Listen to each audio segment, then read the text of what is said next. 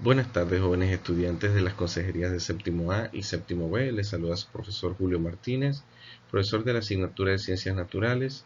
Chicos, en la tarde de hoy he querido elaborar, ¿verdad?, este pequeño video sobre eh, una presentación que ya quizá ustedes pudieron observar, porque creo que se las envié previamente. Y si no la pudieron observar, bueno, sobre esta presentación yo estoy haciendo algunos comentarios, ¿verdad?, que considero son importantes y que van a ayudar a complementar la información, ¿verdad?, del tema de la célula que está en sus guías y que pertenece al área de los seres vivos y sus funciones. Vamos a tratar de ser lo más breve posible y les voy a señalar aspectos que son sumamente importantes dentro de cada una de las diapositivas que conforman esta presentación. Bien, vamos a iniciar con la primera diapositiva donde nos dice que la célula es la unidad de vida. Y aquí aspectos importantes a tomar en cuenta. Bueno, número uno, que la célula se caracteriza por ser una estructura compleja, ¿verdad? Ya que dentro de ella se tienen lugar o se realizan reacciones bioquímicas que son fundamentales para los procesos vitales. Procesos vitales que yo les mencioné, como son la función de nutrición, relación y reproducción. Adicional a esto nos plantean los postulados de la teoría celular propuestos por los señores Matthias Sleiden y Teodoro Schwann, ¿verdad?, donde ellos nos eh, proponen dos ideas que son muy importantes dentro de la teoría celular, ¿verdad? Que es que todos los organismos vivos están compuestos por células y que la célula es la unidad anatómica de los seres, es la unidad fisiológica o activa de los seres que realizan actividades fundamentales para la existencia. Estas actividades son respiración, nutrición, circulación, entre otros, ¿verdad? Pasamos a la siguiente diapositiva. Bien, aquí en la segunda diapositiva continuamos hablando del tema de la teoría celular, donde un caballero cuyo nombre es Rudolf Virchow realizó la tercera eh, idea o elaboró la tercera idea, ¿verdad? Donde nos dice que toda célula se origina de otra célula, es decir, de una célula preexistente, ¿verdad? Adicional a esto es importante observar dentro de esta diapositiva la información que nos plantean acerca de los virus, donde nos dice que no se consideran seres vivos aunque realizan muchas funciones propias de la célula viva, ¿verdad? ¿Y por qué se nos dice esto? Bueno, porque los virus carecen de vida independiente, no tienen capacidad de crecer y reproducirse, ¿verdad? Recordándoles pues que ahorita mismo estamos afectados por la pandemia precisamente por un virus, y este virus, aunque parezca mentira, no se considera un ser vivo porque no realiza funciones propias de la célula viva. Otro aspecto importante es la definición de célula, que ya la han escuchado en más de una ocasión. La célula es la unidad básica, anatómica, fisiológica y de origen de cualquier ser vivo. Continuamos. En la tercera diapositiva nos presentan pues información importante acerca del descubrimiento de las células, la cual se le atribuye al señor Robert Hooke, ¿verdad? En el año 1665, ¿verdad?, él publicó un informe de lo que había observado, donde explicaba que en un corcho, ¿verdad?, había observado unas pequeñas cavidades similares a los panales de una abeja, y que esto se le semejaba o se le parecía, ¿verdad?, a los cuartos de los monasterios, que es donde los monjes se preparan. A estos cuartos se les llamaban células o celdillas, y por tanto él decidió ponerle este nombre pues de célula, ¿verdad? De la palabra célula proviene del latín y significa celda. Bien, continuamos. Bien, aquí lo que tenemos es un cuadro comparativo entre características de la célula procariota y la célula eucariota. Es importante que no solamente lean este cuadro comparativo que está aquí, sino que también lean el que está en la guía, ¿verdad? Entonces ustedes van a poder tirar o revisar esta información una y otra vez, ¿verdad? De tal manera que puedan revisar con detenimiento las características que tienen cada una de estas células, ¿verdad? Y por qué eh, hay una clasificación para cada una de ellas, ¿verdad? De células procariotas y células eucariotas, pero es importante también que revisen el cuadro que aparece en su guía, donde comparan también ambas células. En esta diapositiva vamos a hablar acerca de la estructura celular, ¿verdad? Eh, ¿Qué pasa con la célula? Como les mencioné, es una estructura compleja, ¿verdad? Donde dice que los elementos se complementan en su organización, funcionamiento y relación. Es decir, que dentro de la célula hay organelos, ¿verdad? Y cada organelo realiza una función diferente, ¿verdad? Y ellos se complementan tanto en la organización como en el funcionamiento y la relación de cada uno de ellos, ¿verdad? La mayoría de las células tienen en común tres estructuras: membrana celular, núcleo y citoplasma. La mayoría de las células. Recordándoles que la célula procariota tiene membrana celular, citoplasma, sin embargo el material genético se encuentra disperso en el citoplasma ya que no tiene un núcleo como tal. Bien, aquí tenemos características de la membrana celular o membrana plasmática, ¿verdad?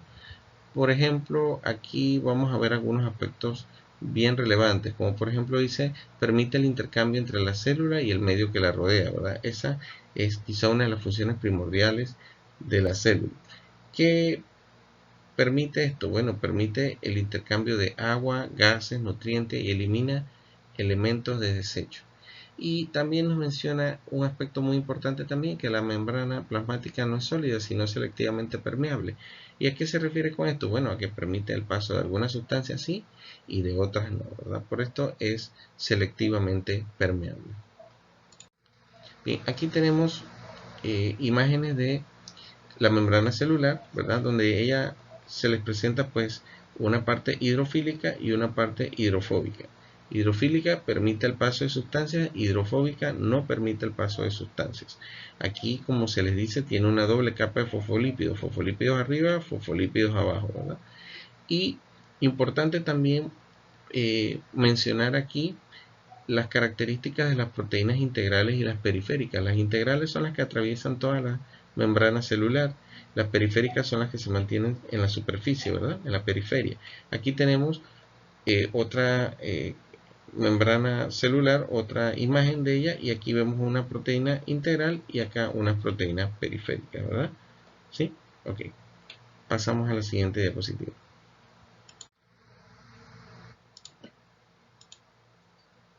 Bien, los dejo para que lo escuchen. Ok, por muchos errores técnicos, vamos en la toma 3420 y algo.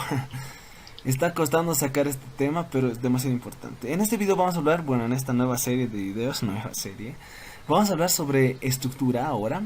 Y luego vamos a hablar sobre transporte a través de membrana celular y finalmente potencial de membrana, que es tema muy importante en fisiología. Y un bonus sobre osmosis, ¿ok? Así es que no se pierdan los siguientes videos. Bien.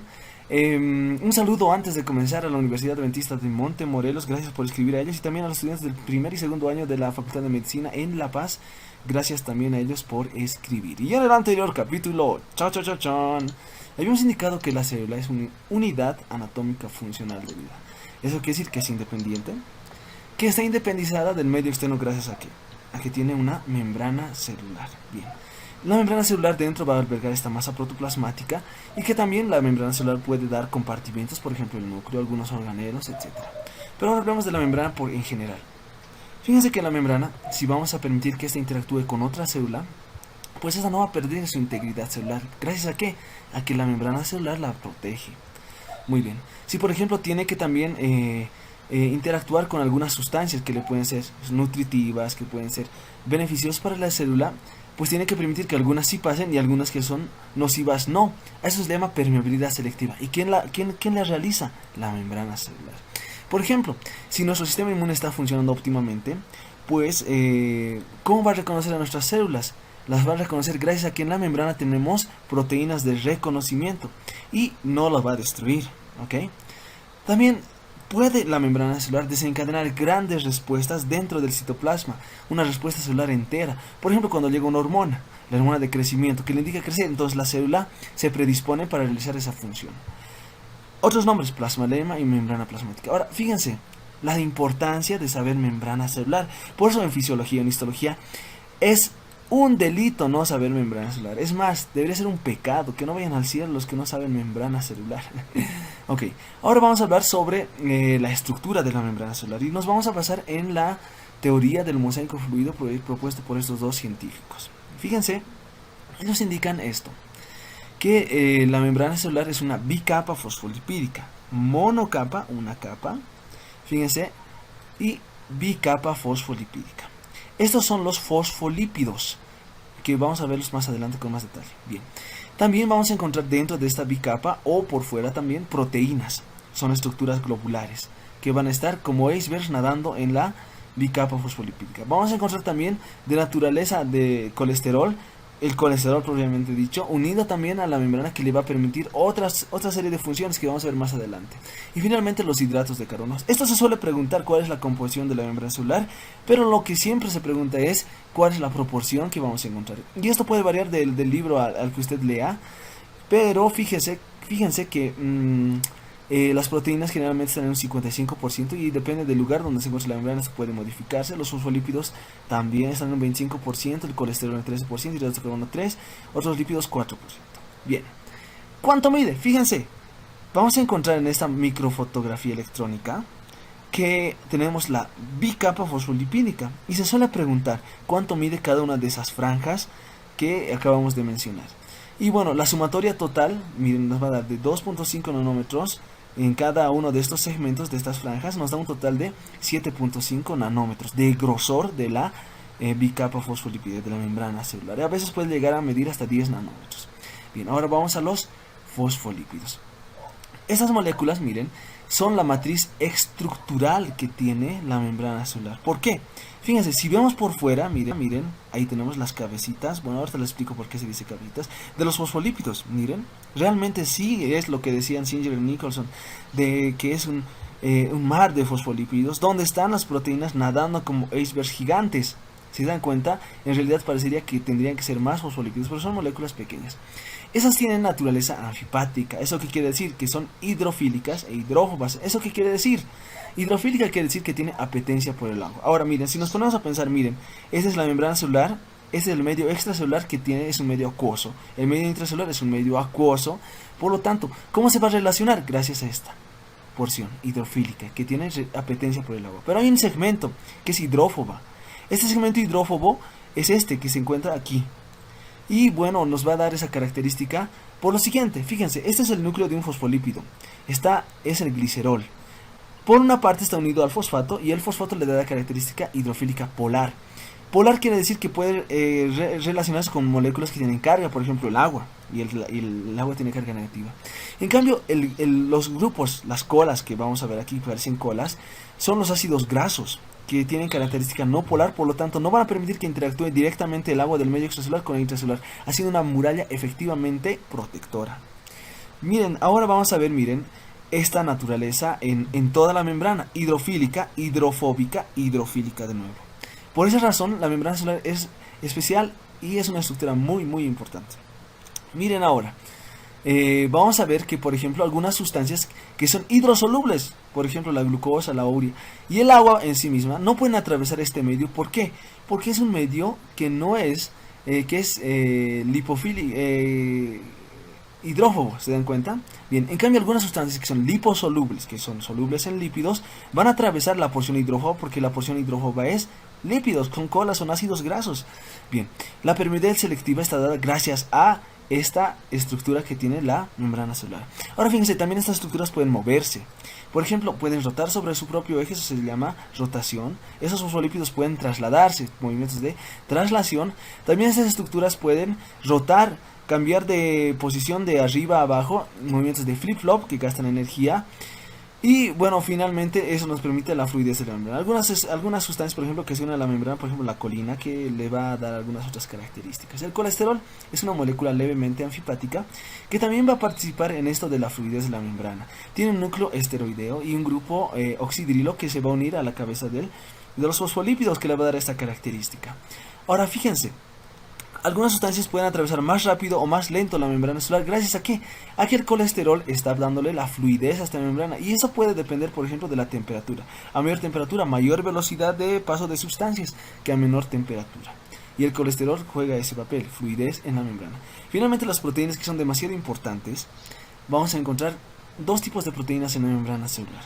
Aquellas que son de naturaleza integral y periféricas. Las integrales o también intrínsecas son aquellas que están atravesando la membrana celular completamente. ¿sí? O están incrustadas en una parte de la membrana celular. En cambio, las periféricas están por fuera, unidas laxamente, o por dentro, unidas laxamente a la membrana celular. Las integrales pueden ser proteínas transmembranales y se clasifican de la siguiente manera, que vamos a ver muy bien en transporte de membrana, o sea, no se pierdan el siguiente capítulo. Canales, proteínas transportadoras y proteínas receptoras. Por ejemplo, esta puede funcionar como un canal, haciendo un paso para que pase, por ejemplo, algunas sustancias que no podían pasar, por ejemplo, el agua, que puedan pasar del medio extracelular al medio intracelular, o que permitan el paso de algunos iones que no pueden atravesar por la membrana celular lipofílica, por ejemplo, el potasio. Y estos canales se pueden clasificar en dos: aquellos que son sin compuerta, los que acabamos de ver, y los que son con compuerta. Estos que tienen con compuerta, o sea, tienen una porción que los va a sellar por un momento, pero cuando hay el estímulo correcto, por ejemplo, voltaje, pueden abrirse. Cuando hay el estímulo correcto, ligando o una activación mecánica, también pueden abrirse o activadas por proteína G. Bien, las proteínas transportadoras, estas juegan un papel muy importante y pueden participar en el transporte pasivo, que lo vamos a ver en el siguiente video, y el transporte activo, que gasta energía, y ahí vamos a ver cómo funciona la bomba de sodio y potasio en el siguiente capítulo. También hay proteínas que actúan como receptores, que van a desencadenar una respuesta dentro de la célula, y estos pueden ser ligados a enzimas o ligados a proteína G. Ok. Si alguna vez te ha pasado esto, ponle me gusta al final del video, ahí abajito, por favor. Y bueno, suscríbanse, amigos, porque a todos nos ha pasado esto alguna vez. Ok, eso es todo, nos vemos. Chau, chau, chau, chau. Listo, esto era lo que les quería presentar sobre la membrana celular. Continuamos, jóvenes. Bien, el citoplasma es la parte acuosa de la célula, ¿verdad? Y dice aquí que contiene un líquido viscoso compuesto de agua y proteínas, azúcares y grasas en disolución. Es la parte activa de la célula donde se mueven los distintos organelos y se llevan a cabo reacciones químicas, ¿verdad? Estas reacciones químicas generan energía, transforman alimentos, eliminan desechos, entre otros. Bien, los dejo con el video del citoplasma. El citoplasma es el espacio celular comprendido entre la membrana plasmática y la envoltura nuclear. El citoplasma comprende todo el volumen de la célula, salvo el núcleo. Está compuesto por el citosol, los orgánulos celulares y el citoesqueleto. Antiguamente, el citoplasma era considerado como una bolsita acuosa conteniendo en dispersión moléculas y partículas de todas clases que actuaban libremente. Poco tiempo después se le reconoce como una sustancia básica o matriz formada principalmente de proteínas en medio acuoso, con varios tipos de estructuras subcelulares claramente delimitadas. Las funciones del citoplasma son los procesos bioquímicos y metabólicos de las proteínas, lípidos e hidratos de carbono. Mantiene la polaridad de la célula, interviene en el movimiento celular, así como en la formación del uso mitótico.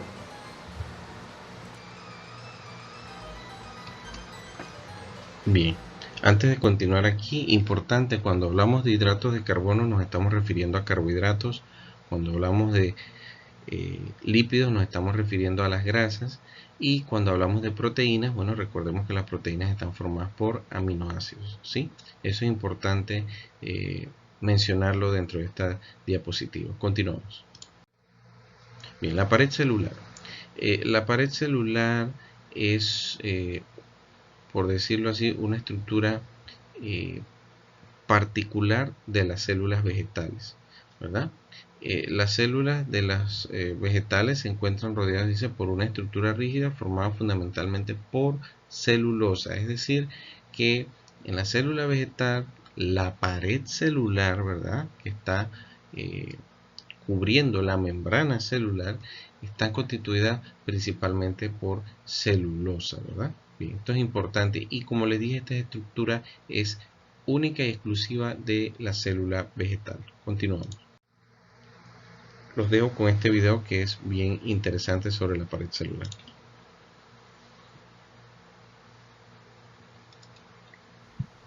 Pared celular. Dentro de las estructuras que todas las células tienen, se encuentra la membrana celular, la cual delimita a la célula y la separa del medio externo. Esta membrana puede estar rodeada por una segunda estructura llamada pared celular, que sin embargo no todas las células tienen. Existen principalmente tres tipos de células que tienen pared celular. En primer lugar, las células procariontes, que están representadas principalmente por bacterias. En segundo lugar, los hongos. No todos los hongos tienen pared celular, y algunos de los que tienen, la tienen interrumpida. Por lo tanto, para estas células no es una estructura demasiado importante. Por último, las células vegetales tienen una pared celular que es muy importante para su funcionamiento. En cada uno de estos tipos celulares, la pared celular estará hecha de distintos materiales. En la célula vegetal estará compuesta de un único material llamado celulosa.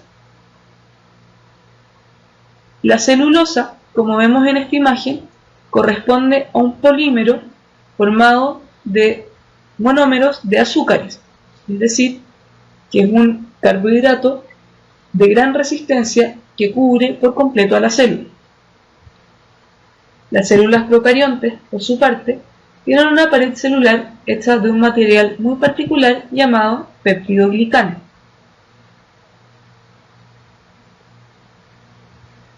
El peptidoglicano es un polímero compuesto de distintas sustancias.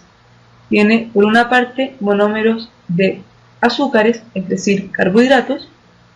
Tiene además cadenas proteicas, es decir, cadenas de aminoácidos. Y tiene por último cadenas de lípidos. Es por tanto una estructura muy compleja formada de distintos materiales, y se puede suponer que tendrá funciones muy diversas debido a su estructura. La pared celular, en todas las células que la tienen, tiene funciones comunes. En primer lugar, debido a la rigidez que tiene una importante función de protección, es decir, que protege a la célula frente a daños que se le podrían provocar por elementos del ambiente externo.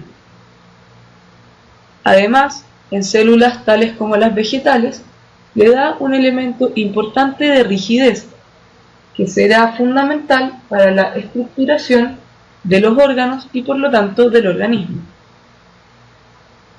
En las células vegetales también, la pared celular definirá en gran parte la estructura de la célula, es decir, la forma que ésta tiene. De esta forma, un daño en la pared celular haría perder la estructura de la célula y probablemente provocaría su muerte. Por último, la pared celular será la encargada de la relación con el medio, ya que será la estructura que estará en contacto directo con el medio externo. Dentro de esta relación con el medio se encuentra la función de transporte de sustancias, ya que todo lo que entre a la célula deberá pasar previamente por la pared celular. En términos generales, hay muchas sustancias que pueden pasar mediante difusión simple por transporte pasivo a través de la pared. Sin embargo, por la estructura compleja que ésta tiene, son necesarias ciertas especializaciones dentro de la pared celular para permitir el paso de sustancias un poco más complejas. En las células vegetales existen principalmente dos tipos de estructuras que permiten esto. La primera de ellas son los plasmodesmos. Estas son interrupciones en la pared celular que conectan a una célula con otra, ya que tienen proyecciones de la membrana. A través de los plasmodesmos pueden pasar muchas sustancias de una célula a otra y así conectarlas no solo en cuanto a comunicación, sino también en cuanto a función. Otra estructura importante para las células vegetales serán las puntuaciones. Estos corresponden a zonas en que la pared celular se adelgaza para permitir el paso más fácilmente de algunas sustancias. Las puntuaciones serán también zonas más ricas en plasmodesmos. Es distinto lo que pasa en las células procariontas. En esta, al ser la estructura de la pared celular mucho más compleja, existirán proteínas que formarán porinas. Estas regularán de manera muy precisa el paso de distintas sustancias, permitiendo solo aquellas sustancias que la célula realmente necesita.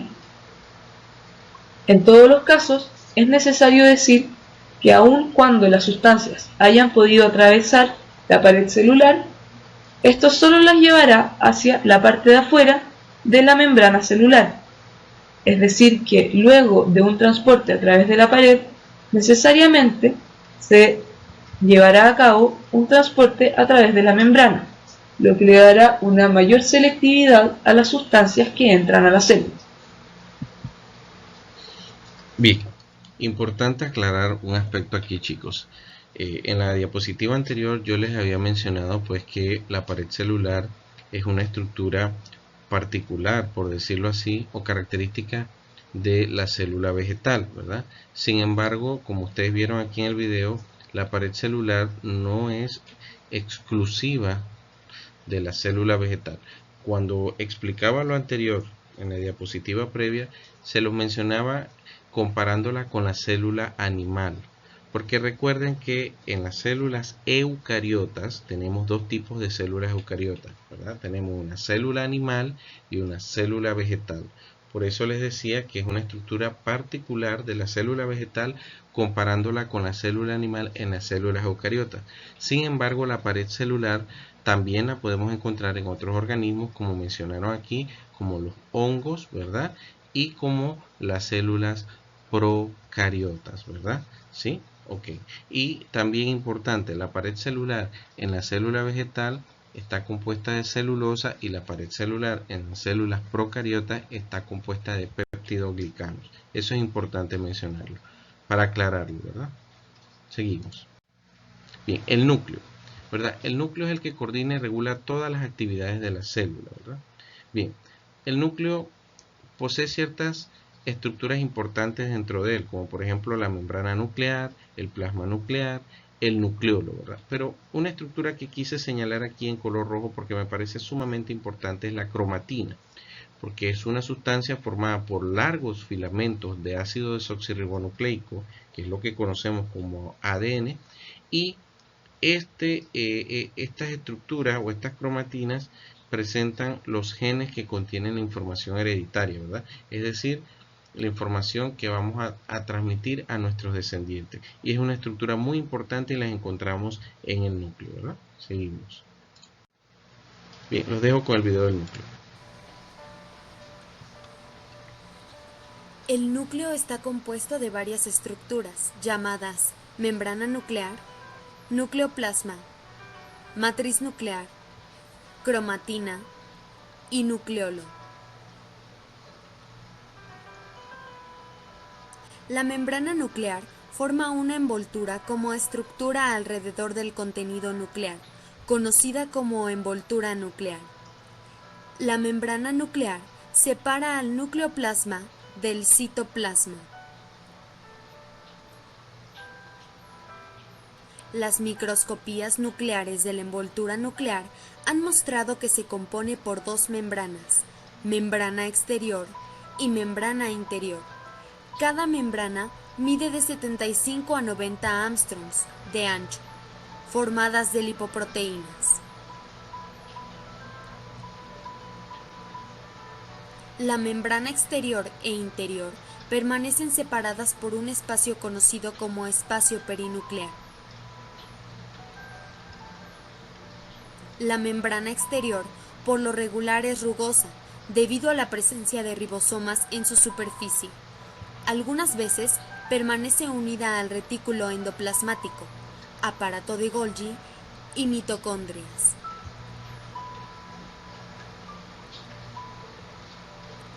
La membrana interna no contiene ribosomas y algunas veces está asociada con la cromatina. A la membrana nuclear le prosigue una membrana delgada, uniforme, conocida como lámina fibrosa, que mide 300 Armstrongs de espesor.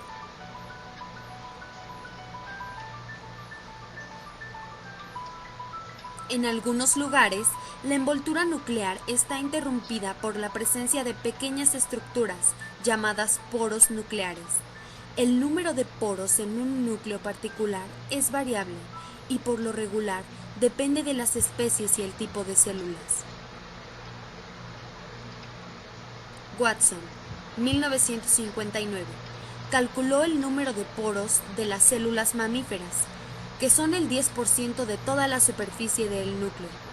Los poros son de forma ortogonal y tienen un diámetro de 600 Armstrongs. Estos son encerrados en una estructura circular, conocida como anillo. Juntos, el poro y el anillo son conocidos como el complejo de poro. El complejo de poro permanece unido hexagonalmente en la superficie de la envoltura nuclear. El anillo tiene un diámetro externo de 1200 Armstrongs y un diámetro interno de 400 Armstrongs.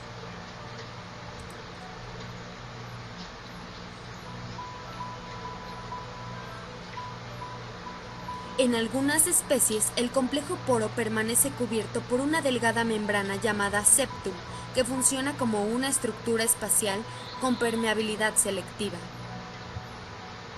Las membranas de la envoltura nuclear realizan varias funciones, como insertar células como los ovocitos. La membrana nuclear permite el libre intercambio de iones entre el núcleo y el citoplasma, mientras algunas membranas nucleares, como las de las glándulas salivales de la drosofilia, forman una barrera de difusión de sustancias e incluso iones potasio, sodio y cloro.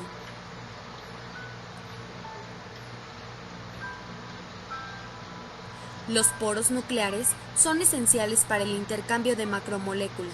Los poros ayudan en el intercambio de materiales entre el nucleoplasma y el citoplasma. Las proteínas nucleares provenientes del nucleoplasma salen a través de los poros nucleares al citoplasma.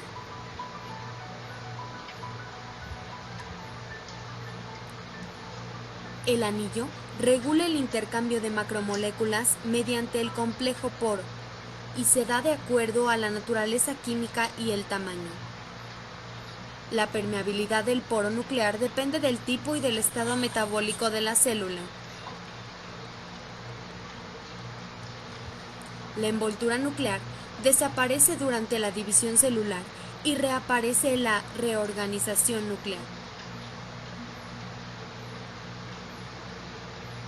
El espacio entre la envoltura nuclear y el nucleolo está lleno de una sustancia semisólida granular acidofílica y transparente, conocida como nucleoplasma o cariolín.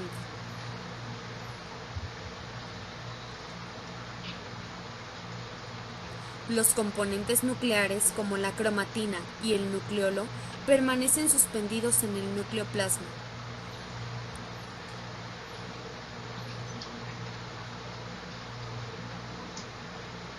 El nucleoplasma está compuesto mayormente por nucleoproteínas, pero también contiene otras sustancias orgánicas e inorgánicas.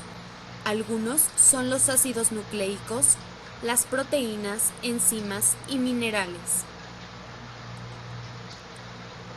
Los ácidos nucleicos que se encuentran en el nucleoplasma son el ADN y el ARN.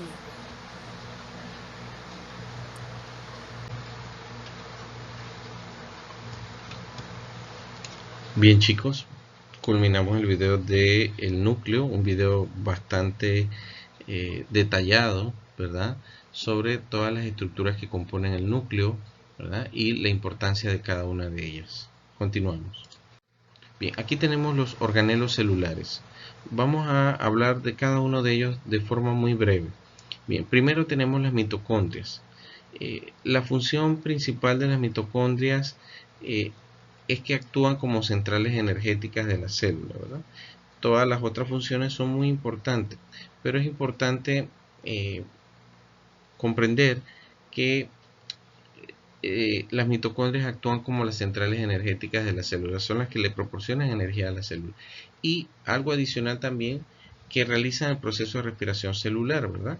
y obtienen energía para llevar a cabo las funciones vitales de la célula, ¿verdad? Esos son aspectos fundamentales.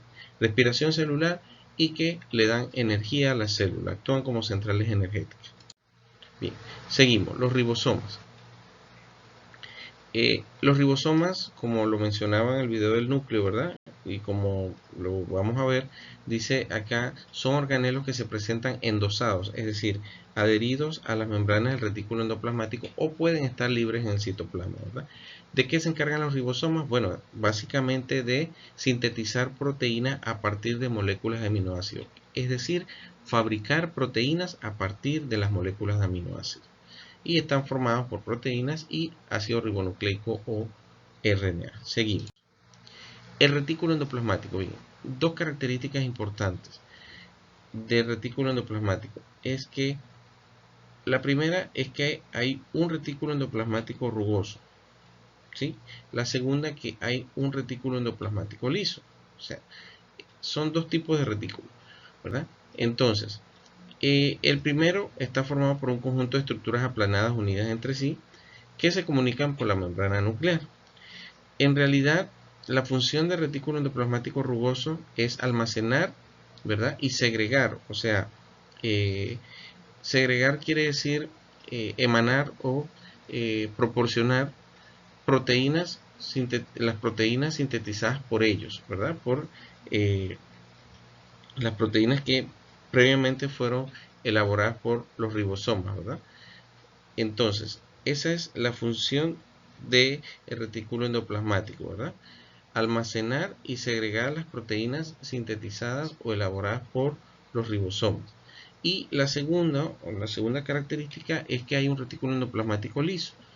Y este está constituido por una red de elementos planos y tubulares que se comunican con el retículo endoplasmático rugoso. ¿Qué hace específicamente el retículo endoplasmático liso? Transportar entonces las grasas con las proteínas del retículo endoplasmático rugoso. Es decir, que las proteínas que estaban acá almacenadas son transportadas por el retículo endoplasmático liso conjunto con grasas. Bien, seguimos.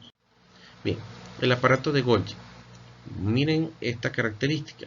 Es un conjunto de 5 a 10 sacos planos, el cual se distingue, dice, un apegamiento de unidades básicas llamadas cisternas, ¿verdad? ¿Y de qué se encarga el aparato de Golgi? Bueno, actúa como un centro de empacado de proteínas. Son los que se encargan de empacar las proteínas que vienen de los retículos endoplasmáticos. Recordándoles que una vez les dije que la célula es como una fábrica, ¿verdad? Por eso esta es el área que se encarga del empacado de las proteínas. Los lisosomas. Bien, ¿dónde se forman los lisosomas? Se originan a partir de vesículas del aparato de Golgi. Y básicamente, ¿qué son los lisosomas? Bueno, los lisosomas constituyen el estómago de la célula, ya que contienen enzimas digestivas que le permiten digerir el alimento que entra al citoplasma, ¿verdad? Porque yo les dije que el citoplasma es la parte acuosa de la célula, ¿verdad? Donde tienen o se llevan a cabo pues reacciones químicas que son muy importantes, ¿verdad? Bien, continuamos la siguiente diapositiva. Bien, las vacuolas. Las vacuolas son sacos llenos de fluidos rodeados de una membrana. Es importante lo que les vamos a mencionar aquí. En la célula vegetal hay una sola vacuola y su tamaño es grande, ¿verdad? De tamaño mayor, ¿verdad? Mientras que en la célula animal hay varios y son de tamaños más reducidos. En la célula animal específicamente, las vacuolas se utilizan como un lugar donde se almacenan proteínas que van a ser utilizadas posteriormente, ¿verdad? Seguimos. Bien, los centriolos. Los centriolos son organelos particulares de las células animales, ¿verdad? Se encuentran en las células animales. Se encuentran cerca al núcleo, ¿verdad? Y participan en la separación de los cromosomas cuando se da la división del núcleo. Adicional a esto, los centriolos son importantes porque forman cilios y flagelos. Recordándole que los cilios y los flagelos son esas colas que les permiten a las células su movilización, ¿verdad? Seguimos. Los plastidios. Los plastidios son organelos exclusivos de las células vegetales y se presentan en diferentes formas, ¿verdad? Que presentan diferentes formas. Los clasificamos en tres tipos. los plastidios de reserva, los cromoplastos y los cloroplastos. Veamos los primeros. Los plastidios de reserva almacenan sustancias elaboradas por las células, como almidón y aceite, se conocen como amiloplastos y oleoplastos. Los cromoplastos, entonces, son plastidios que presentan pigmentos. Estos pigmentos se llaman carotenos y xantofilos. Y estos pigmentos son los responsables del color de las hojas y de las flores. Y por último, entonces, tenemos los cloroplastos, que almacenan un pigmento de color verde llamado clorofila y que desempeña un papel preponderante o fundamental en el proceso de fotosíntesis de las plantas, que es el proceso que utilizan las plantas para la producción de su propio alimento. Continuamos.